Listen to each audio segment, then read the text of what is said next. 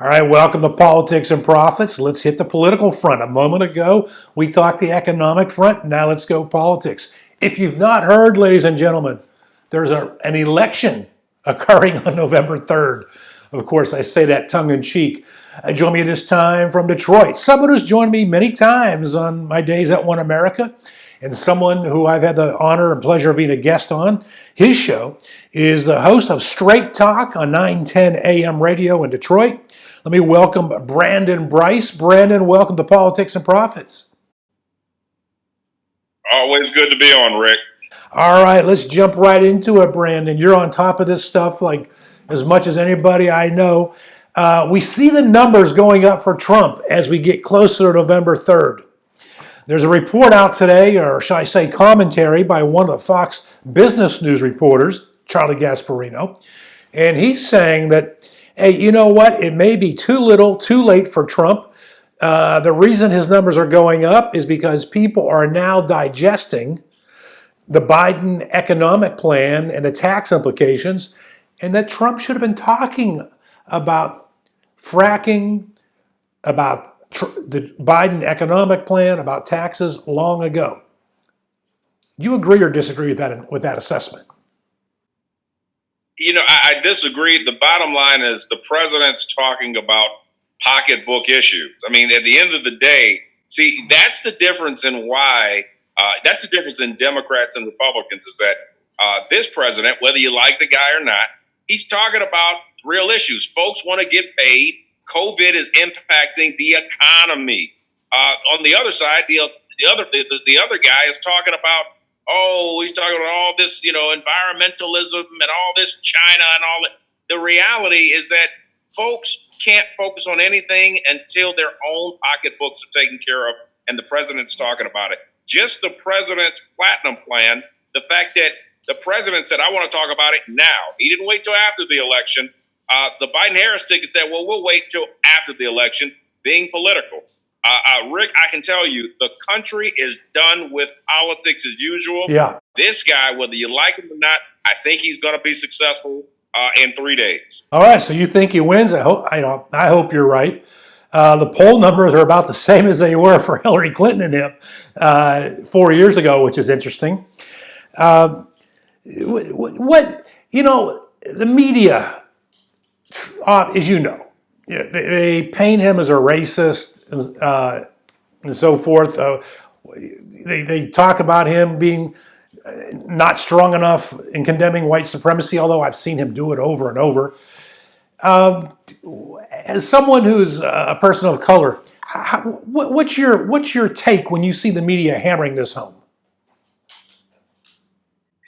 Well, the thing is, Rick, I've dealt with racism in the past. I know a racist when I see one. The reality is, I think that the white supremacy comment could have been answered better by him. But I also think that, the way that you beat racism is you challenge it and you beat it with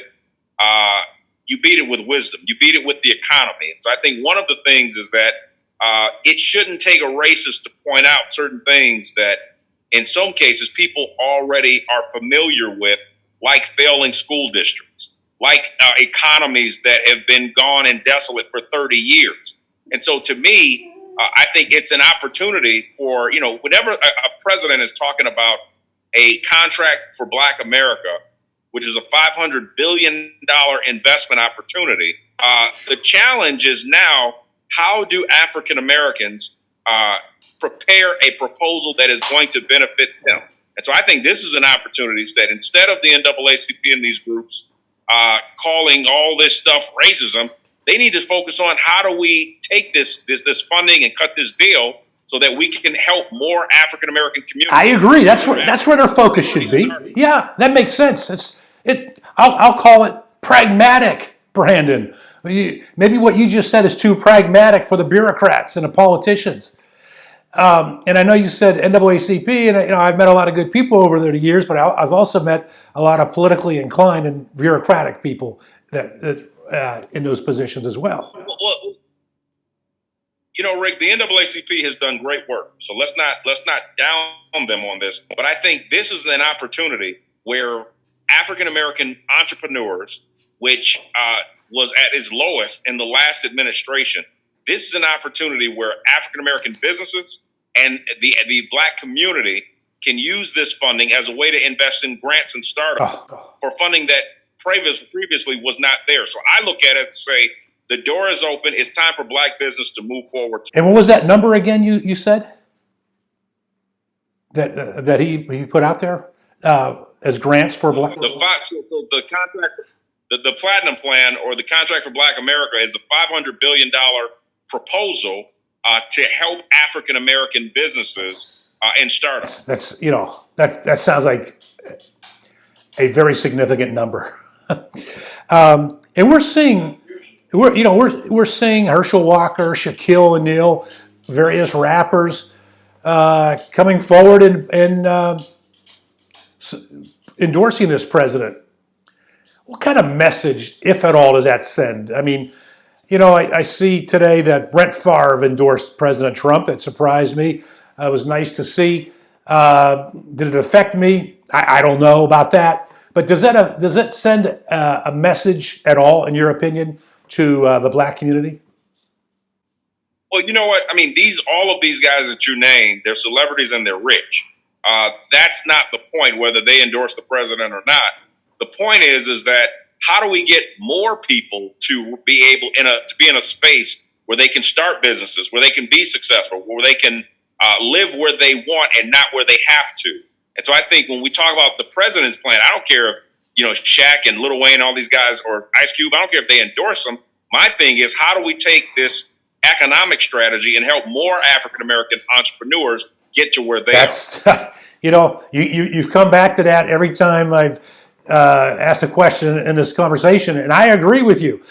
And we're down in our last 30 seconds here. We probably don't know about me, Brandon, and others out there don't either.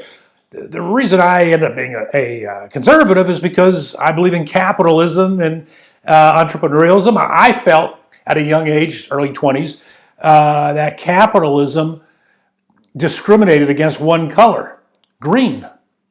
And to me, that's one of the things that drove me to capitalism. It just happened to be that conservatives were pro-capitalism. So when I hear you coming back and back and back to this idea of the $500 billion grant and getting that number out to the community, that money to the community to create entrepreneurialism, I'm all on board. 30 seconds, give you the final comment. You predicted a victory on Tuesday. Anything else? I mean, the final thought is Rick, is that this is an opportunity. First of all, let's get folks out to vote. That's the first thing. But the second thing is that this is an opportunity where African Americans have to make some very serious business decisions here. And we've got to say, are we better off now economically? Now, keep in mind, COVID is a factor, so let's not play that out.